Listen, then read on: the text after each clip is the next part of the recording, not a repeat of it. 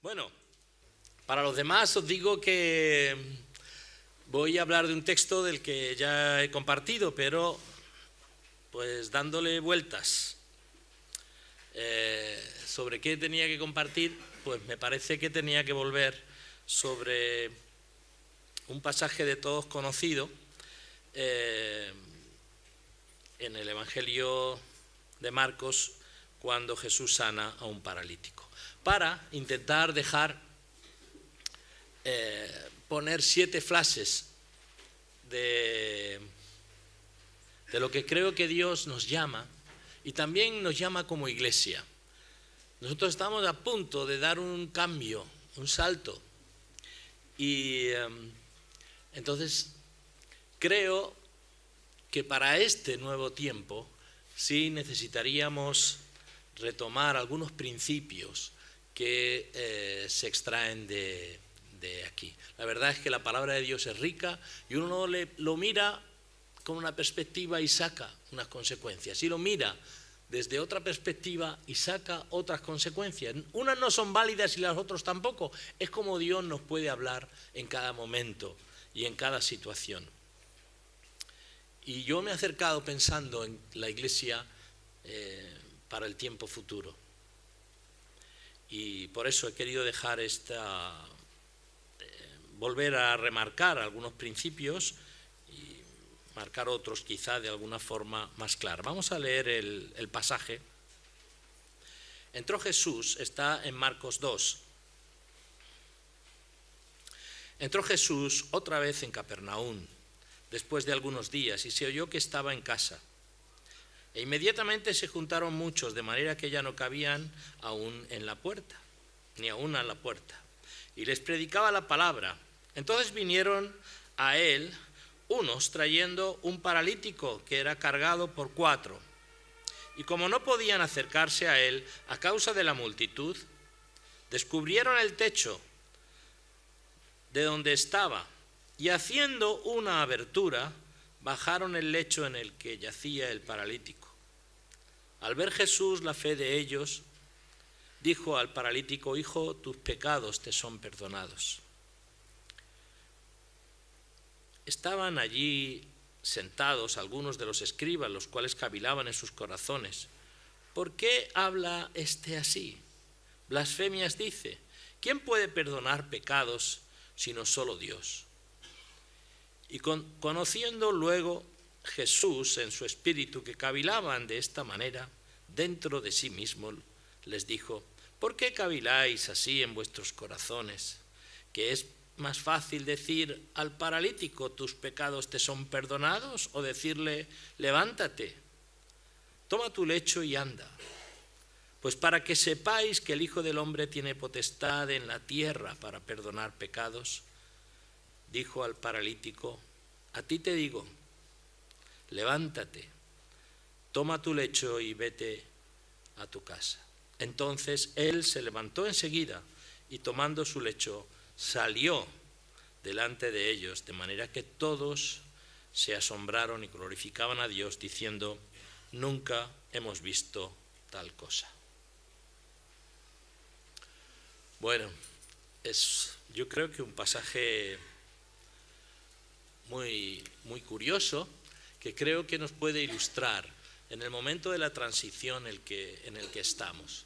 Y quiero quizá hacer algunos énfasis un poco diferentes. Primero, refrescar y situar en qué contexto viene este pasaje. Dice: entró Jesús otra vez en Capernaum.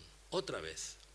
Jesús había comenzado su ministerio en Galilea. Él estaba viviendo en Nazaret y se desplaza allí en las inmediaciones del mar de Galilea y estaba allí en Capernaum. Un ministerio muy corto de Jesús. Y esta es la parte en la que empieza. Él empezó precisamente en este lugar, en Galilea, diciendo por los pueblos y por las aldeas: el reino de Dios se ha acercado. arrepentíos y creed en el Evangelio. La primera clave que quiero decir para la iglesia es que nosotros en nuestro ministerio debemos volver como iglesia también a la esencia del ministerio de Jesús. Jesús dice que iba recorriendo las aldeas, predicando el Evangelio y sanando a los enfermos. Y la otra palabra que dice es usando misericordia. Para mí serían los tres énfasis del ministerio de la iglesia, de los valores en el ministerio de la iglesia. La predicación del Evangelio, la misericordia con todos y la autoridad. Aquí, cuando se está hablando de autoridad, dice, porque habla como quien tiene autoridad. Este era el conocimiento, lo que decían de él cuando Jesús predicaba el Evangelio y sanaba a la gente. Cuando él sanó, en primer lugar, a una persona que tenía un espíritu inmundo, ellos dijeron, ¿qué nueva doctrina es esta? ¿Qué nueva doctrina es esta? Que con autoridad manda y aún los espíritus inmundos le obedecen. Así es como nos deben ver a nosotros.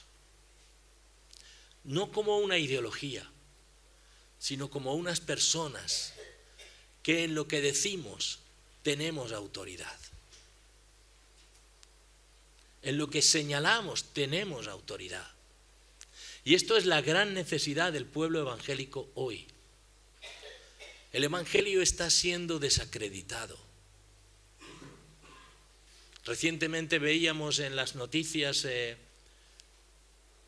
que habían sido detenidos 20 no sé cuántos pedrastas y uno de ellos decían que era pastor evangélico. Tenemos serias dudas de que lo sea, pero sin duda iba a alguna iglesia.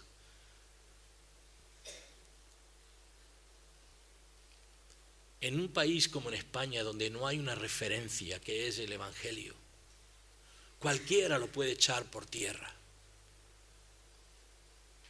Cualquiera lo puede echar por tierra.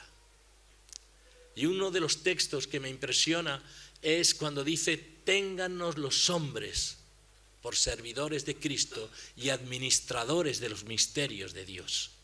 Esta es la unión de lo que necesitamos para el Evangelio hoy en día.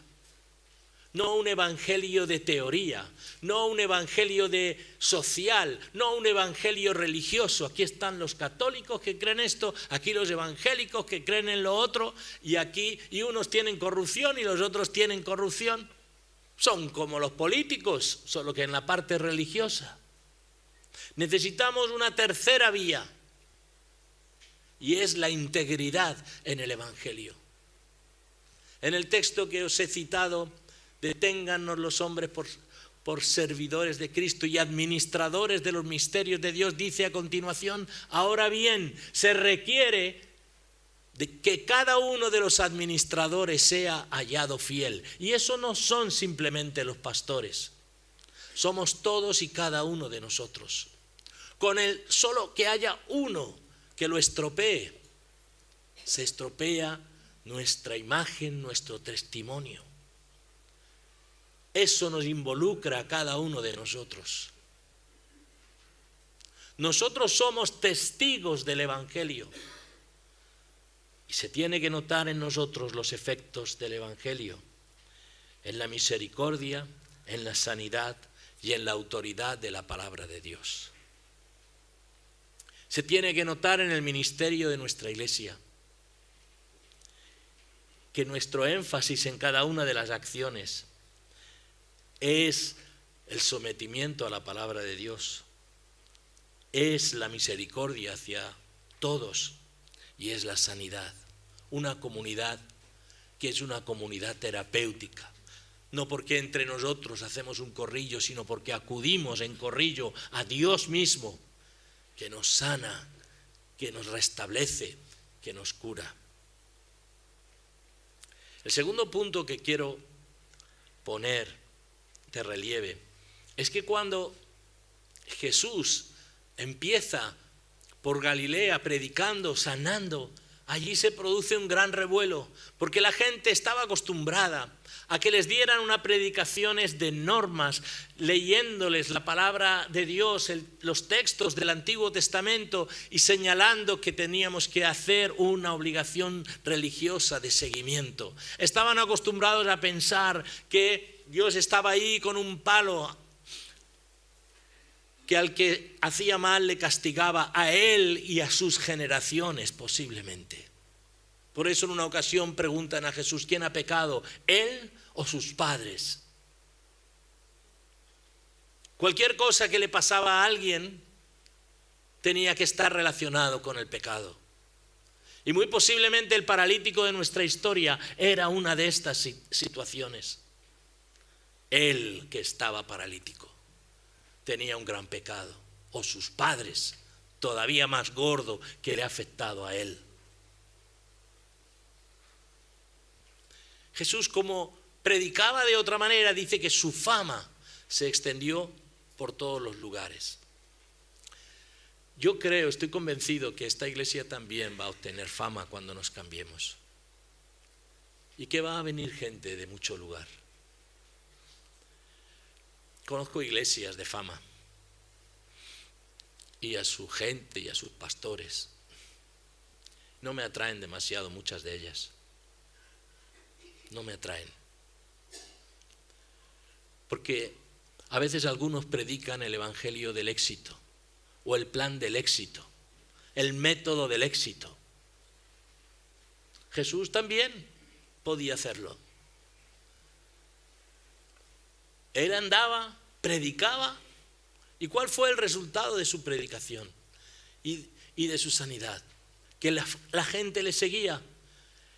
Y dice que entonces él se iba a lugares desiertos. Ni siquiera se atrevía a entrar en las ciudades.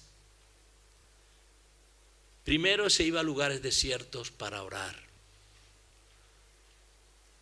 La fama es lo peor, porque implica autocontentamiento. Autocontentamiento. Y esto es un ejemplo para nosotros. No debemos autocontentarnos. A veces oigo cómo se comparan las iglesias. No, porque mi iglesia tal y la mía, pues ahí, no veas cómo se predica, y la otra tal, no veas. Aquí no estamos en un club de esgrima de iglesias. Aquí estamos para servir. Y la fama nos puede arruinar. La fama nos puede arruinar. Jesús y la fama. Él buscó intimidad para toda esta situación. Y se mantuvo al borde.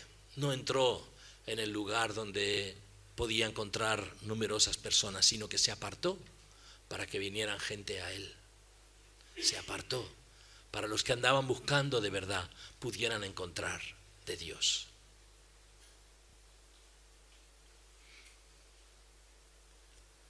Y yo creo que para la iglesia le aconsejaría también intimidad. Intimidad. El tercer punto que quiero tratar es sobre los seguidores de Jesús.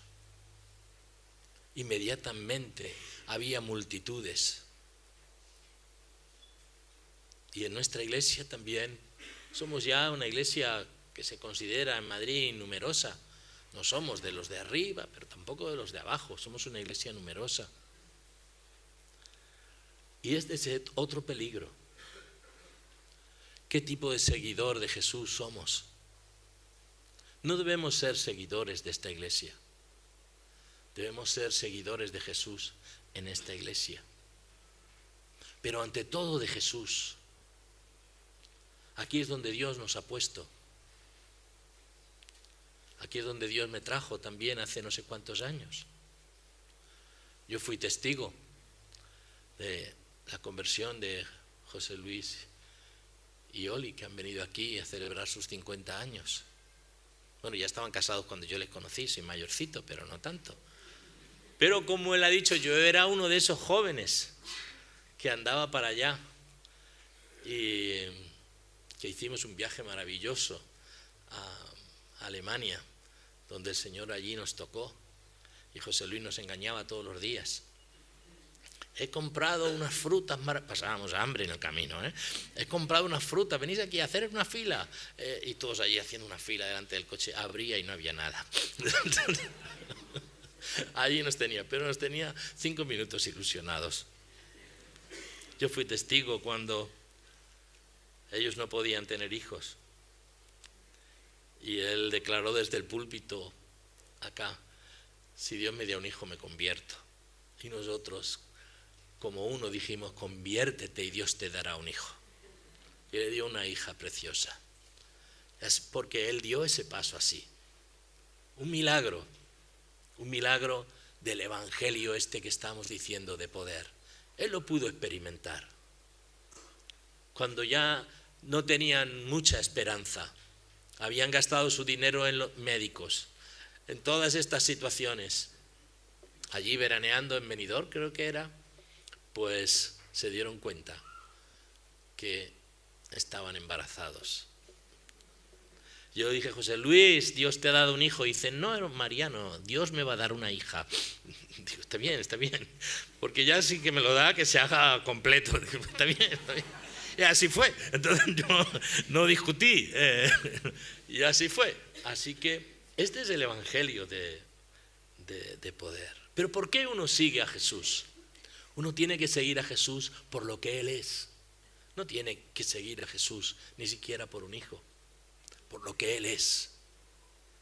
Y Dios te puede dar un hijo. Y Dios te puede restaurar. Porque el evangelio que predicamos tiene que ser un evangelio de poder. Sin embargo, hay muchos seguidores de Jesús de todo tipo. Los hay curiosos, los hay expectantes, que quiero comer, que quiero ser restaurados. Son seguidores egoístas, que siguen a Jesús por el yo. Yo quiero tal, yo quiero tal. Yo quiero que alabemos al Señor así. ¿Qué tú quieres? ¿Qué es lo que Dios quiere? ¿Qué es? Cuando nosotros invertimos la polaridad, y aunque queramos mucho determinadas cosas, cuando lo invertimos y ponemos a Dios delante, ahí estoy, te sigo, entonces Dios extiende su mano de misericordia. Pero es importante invertir la polaridad y buscar a Jesús por Él mismo, porque es el autor de la vida, porque es el que nos da todo. Y en muchas ocasiones, la gente viene a la iglesia y viene pues por 1000 cosas. Tienen un buen programa de niños. Poncho canta muy bien, lo hace muy bien y nos dirige, yo qué sé, 1000 cosas. Me gusta este chico, me gusta esta chica y voy a ir allí. Está bien. Pero ven, porque está Dios. No nos equivoquemos, pongamos las cosas como Dios quiere en su lugar. Y sin duda a Jesús le seguía muchísima gente, por la comida, por la sanidad, por lo que hablaba, por su forma de expresarse, por su señorío al decir las cosas. No dejaba indiferente. Pero nosotros tenemos que seguirle para rendirnos a Él y convertirnos en sus discípulos, como hicieron unos pescadores que estaban allí al lado del mar de Galilea. Y Jesús les dijo: ven. Y ellos lo dejaron todo, dejaron su profesión, dejaron lo que les daba sustento y le siguieron. porque Él era quien tenía palabra de vida eterna. ¿Por qué sigues tú a Jesús? ¿Por tradición? ¿Porque fuiste criado en esta iglesia o en otra? ¿Mejor o peor? Debemos seguirle porque le estamos anhelando su presencia. Esto es la única opción que tenemos. La única opción. El cuarto énfasis que quiero realizar es que los propios seguidores limitan el mensaje y el crecimiento de la iglesia. Tenemos que combatir esta situación. Esto es lo que aquí ocurre en el pasaje que hemos leído.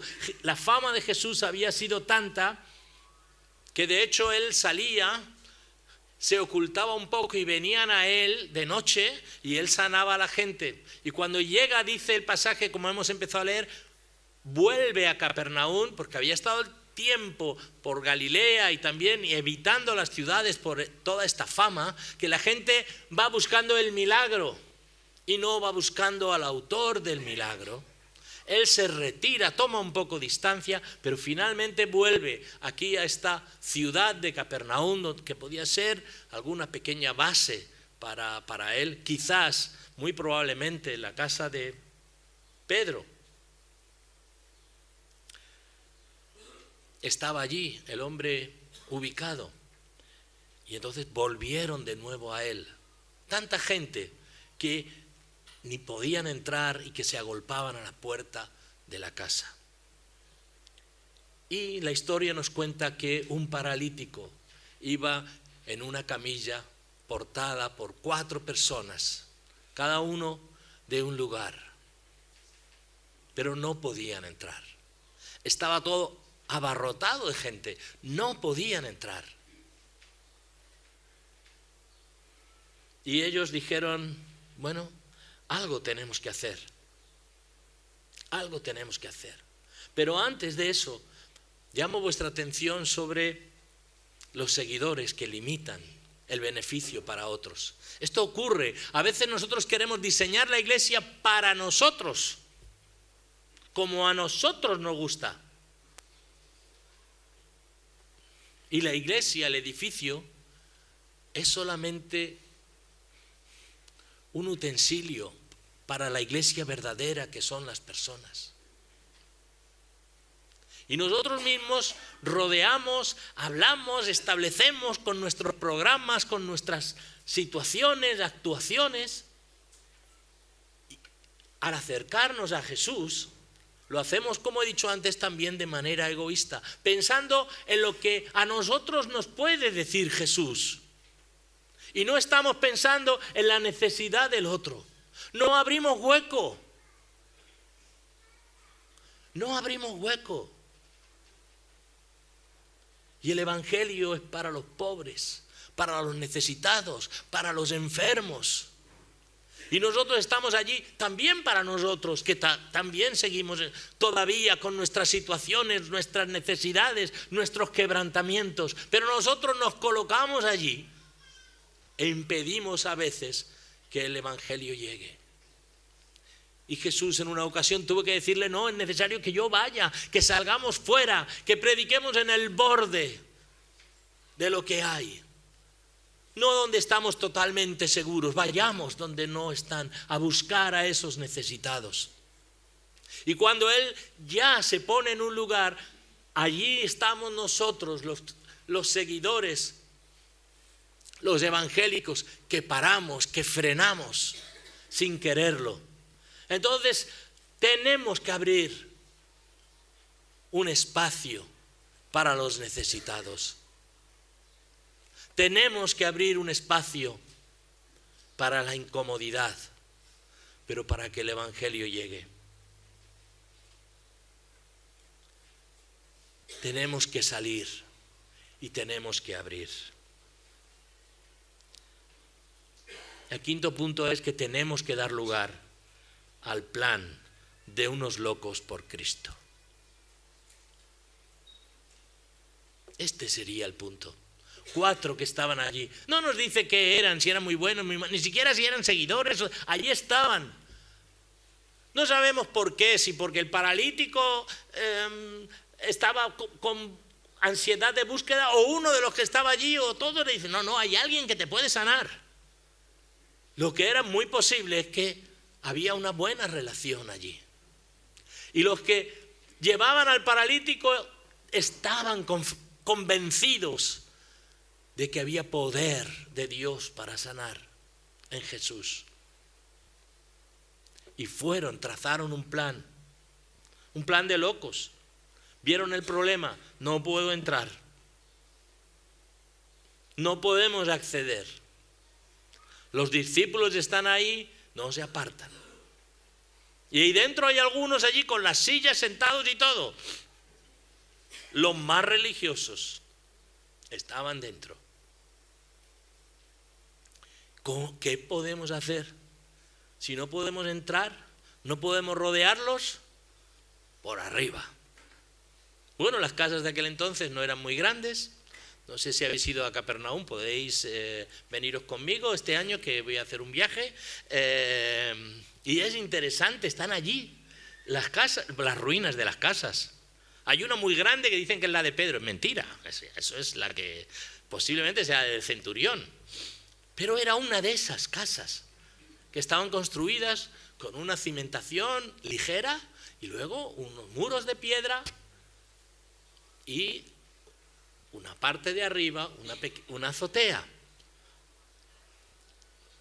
Dice que era de teja, pero puede que sea de barro, que estaba puesto allí. No sabemos qué tipo de teja era, no era la árabe que posiblemente hay, o no sabemos. Bueno, el caso es que ellos tomaron una escalera de la casa o de otra, porque y subieron arriba y abrieron. No era una lona. Tuvieron que posiblemente cavar, tuvieron que hacer ruido y quitaron ese cobertizo que después tenía maderas debajo, lo abrieron.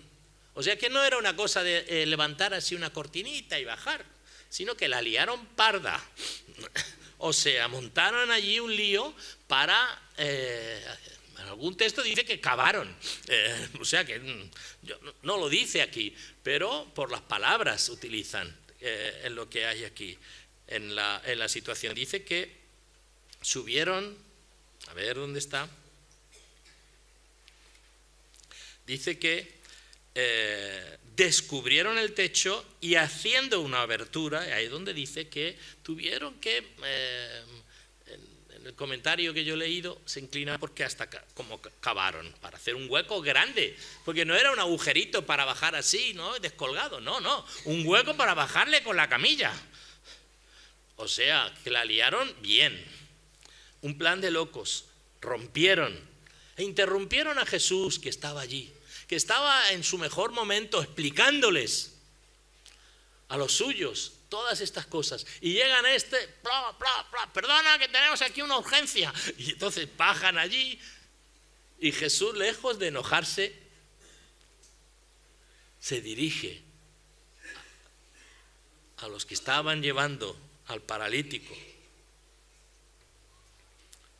Al ver Jesús la fe de ellos, dijo al paralítico, posiblemente de los 5, era una fe conjunta. Estaban todos allí metidos, creo que esto se puede hacer, merece la pena. No solamente la fe del paralítico, le dijo, tus pecados te son perdonados. Tus pecados te son perdonados. Te hemos liberado. Y ahí es donde vienen las dudas. Ahí es donde vienen las dudas con esa frase. Donde los que quizá estaban sentados, dice que estaban cavilando en su corazón, este está cometiendo una blasfemia. Quizá se sentían intrigados por Jesús, iban a ver si su doctrina era correcta o era incorrecta, y hallaron una incorrección. No se puede decir tus pecados te son perdonados, solo Dios. Y le dice, para que veáis que el Hijo del Hombre tiene potestad para perdonar los pecados, a ti te digo, toma tu lecho, levántate y ve a tu casa. Y al instante lo hizo. Esta es la parte del Evangelio también. El Evangelio no son palabras. El sexto punto que quería comentar era este. ¿Qué les estaría diciendo Cristo? Dice que les hablaba de la palabra. No sabemos, pero sí sabemos el contenido del Evangelio. Y en muchas ocasiones lo perdemos de vista. El sexto punto es volver a la predicación del Evangelio.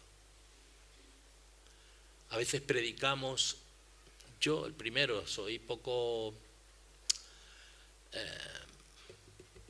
evangelista. No me va eso. Me gusta más la edificación y tal, porque Dios me ha puesto más en ese lugar. Pero hay que volver a la predicación del Evangelio como iglesia y como mariano. Hay que volver, porque nuestras iglesias, los libros cristianos están llenos de consejos de cómo hacer una iglesia de éxito, de cómo superar nuestras dificultades, de cómo orar, de cómo tal. Todo está muy bien, pero solo vamos a crecer como iglesia. Podemos crecer por aluvión, por la fama, pero eso no es lo que nos interesa. Nos interesan los paralíticos.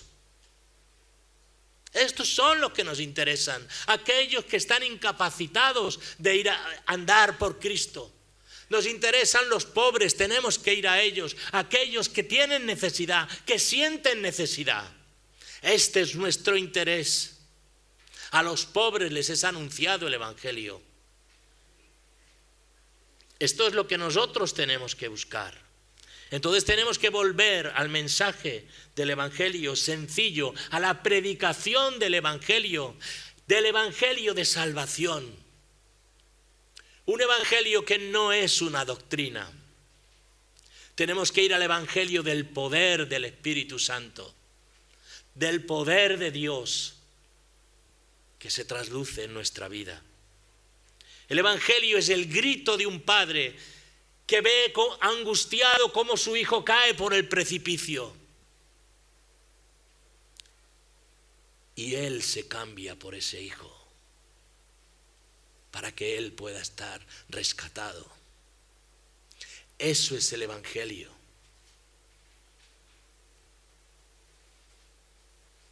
Él ha cambiado las cosas.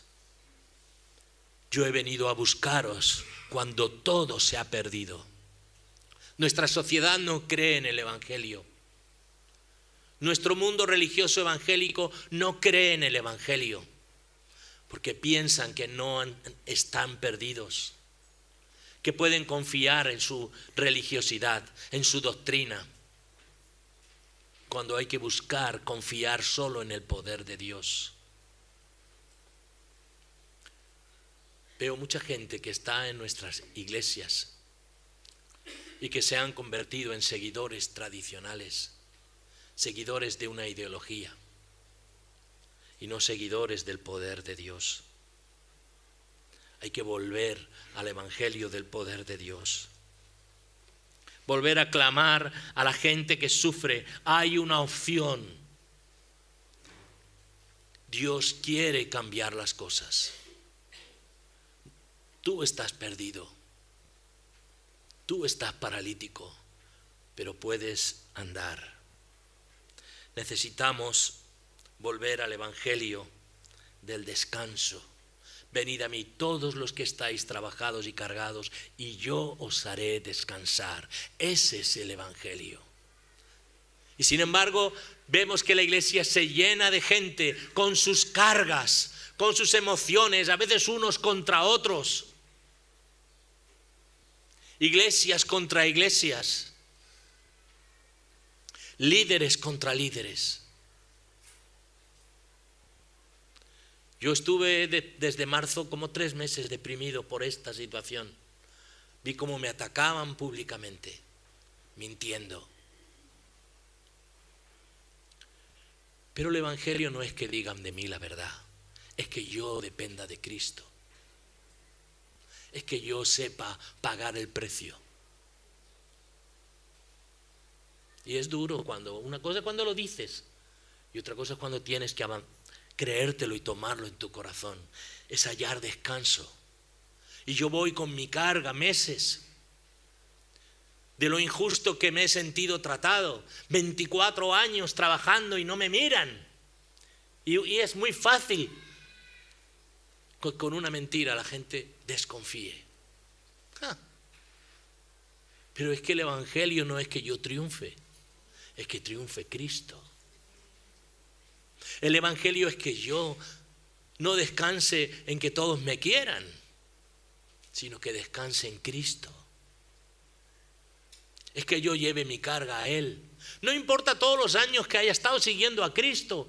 No puede ser que yo hoy lleve mi carga encima y mi prejuicio encima. Eso está mal porque Dios no actúa así. ¿Qué sabemos cómo Dios actúa? Ocupémonos de nosotros mismos, de depender de Él y de echar toda nuestra ansiedad en Él. Porque el Evangelio es eso. Es el que calma nuestra ansiedad. Es que nos da descanso y paz profunda. Busquemos esa paz de Dios cada día. No importa los años que estemos en Él. No nos dejemos engañar. No construyamos muros alrededor nuestro de nuevo para impedir que la palabra de Cristo llegue y sane hasta la última gota de nuestro corazón. Este es el Evangelio que Cristo estaba predicando, una nueva disposición para el ser humano, que los escribas quizá no podían entender, no podían explicar. No se trataba de una relación de todos los mandamientos que teníamos que cumplir perfectamente y por eso los teníamos que identificar. Teníamos que saber que Dios había sido propicio a nosotros y que era el momento, no importa en qué situación estemos, en que Él nos iba a rescatar, nos iba a liberar. Este es el Evangelio del poder de Dios, que aunque hayamos caído en no sé cuántos de esos mandamientos, Dios nos era propicio. Este es el Evangelio. Este es el Evangelio que necesitamos, que necesita nuestra sociedad. Y no sé tú y yo que pensamos que no lo necesitamos. El Evangelio no es simplemente anunciar el plan de salvación. Es el plan de reconciliación, de amor y de paz. Anunciemos el Evangelio completo, donde hay una alternativa para la situación del ser humano, para la situación del evangélico y para la situación del perdido. Ambos estamos en alguna situación de nuestra vida paralíticos. Y necesitamos ayuda. Necesitamos ayuda de nuestros compañeros también. De alguno que vea esa necesidad. Y que trabaje con nosotros para romper los prejuicios. El Evangelio es aquel que deja su casa y permite que la rompan para la gloria de Dios.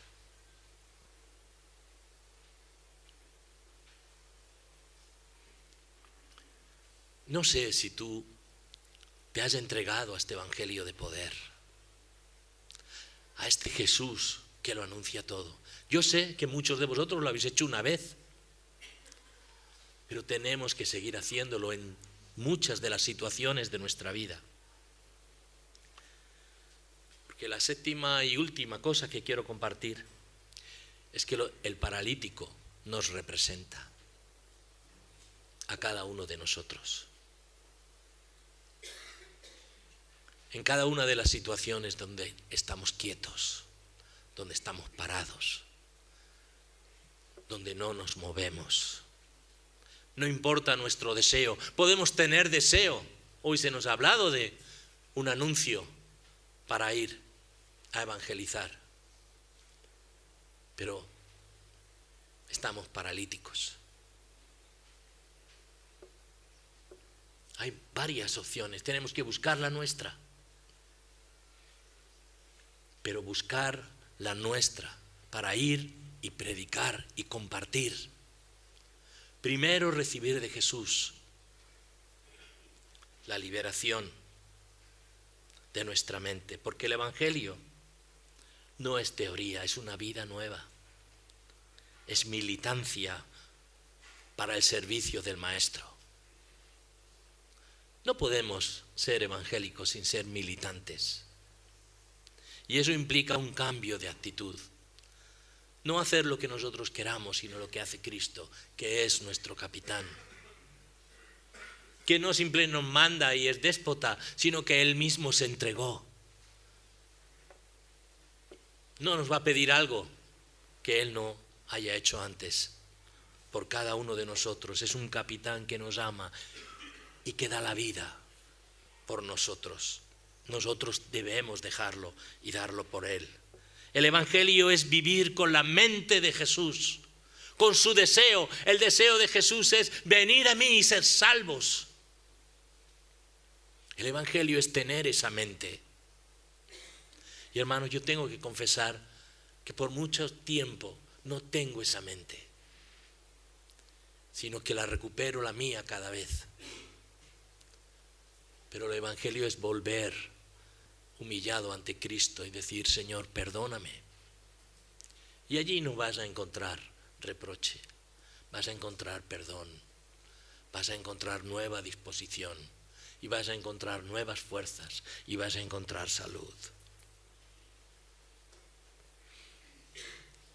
Necesitamos ayuda y el paralítico necesita ayuda. A veces nosotros somos el paralítico y a veces debemos ser uno de los 4 que lleva la camilla del paralítico. Qué fácil hubiera sido decir: bueno, yo en esta no estoy paralítico, yo en esta estoy bien. Tengo otros problemas y en eso puedo estar paralítico, pero en esta estoy bien. Así que vamos, me voy a acercar libremente a escuchar a Jesús. Porque Jesús en aquel momento era como las iglesias de fama o los cantantes de fama evangélicos, que todos les van siguiendo y buscando autógrafos. Los pastores están bien, pero los cantantes, estos sí que llevan el éxito por ahí, ¿no? Entonces aglutinan a la gente allí, en torno a ellos. Y la gente va y: oye, me ha gustado, me ha gustado. El Evangelio no es me ha gustado. El Evangelio es seguir a Cristo, es sacrificarse por Él. Está bien, no tengo nada con él. Soy amigo de este que canta aquí, ¿cómo se llama? El Alex San Pedro es buen amigo mío y no es una crítica contra él. Es una crítica contra nosotros. Que debemos buscar lo verdadero, gozarnos con Alex San Pedro, pero ir a los pies del Maestro, llevando a alguien con la camilla y paralítico. La iglesia no debe perder esa opción del paralítico que nos representa y al que debemos ir a buscar.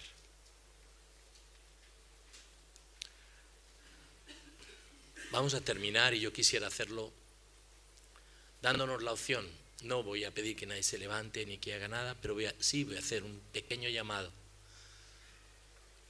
que cada uno deberemos responder para nuestro interior. Creo que esta es otra de las cosas. Podemos predicar, pero también hay que llamar al arrepentimiento. Me gustan 7 puntos, los he dado, este sería el 8º, me molesta porque soy de 9, y el último sería la oración, ya salen 9, que me gusta más con el número. Bueno, vamos a hacer un llamado de arrepentimiento hacia cada uno de nosotros y de volver a este Evangelio de poder que tiene que abrirse fuerza en nuestro corazón. Gracias, Señor, por tu presencia. Gracias, Señor, porque cuando caíamos por ese precipicio al que nos han llevado nuestras acciones, tú has impedido que muriéramos en la caída, porque te has cambiado por nosotros y te has dejado matar para que nosotros tengamos una nueva vida. Queremos, Señor, acudir a esa vida.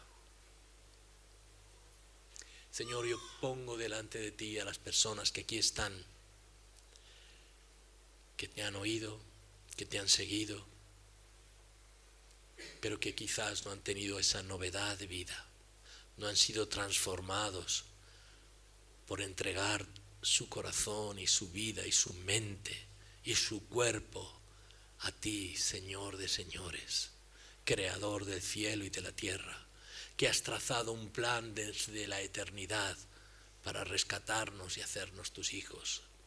Te pido que tengas misericordia y te pido por ellos que hoy puedan tomar una decisión por Cristo Jesús.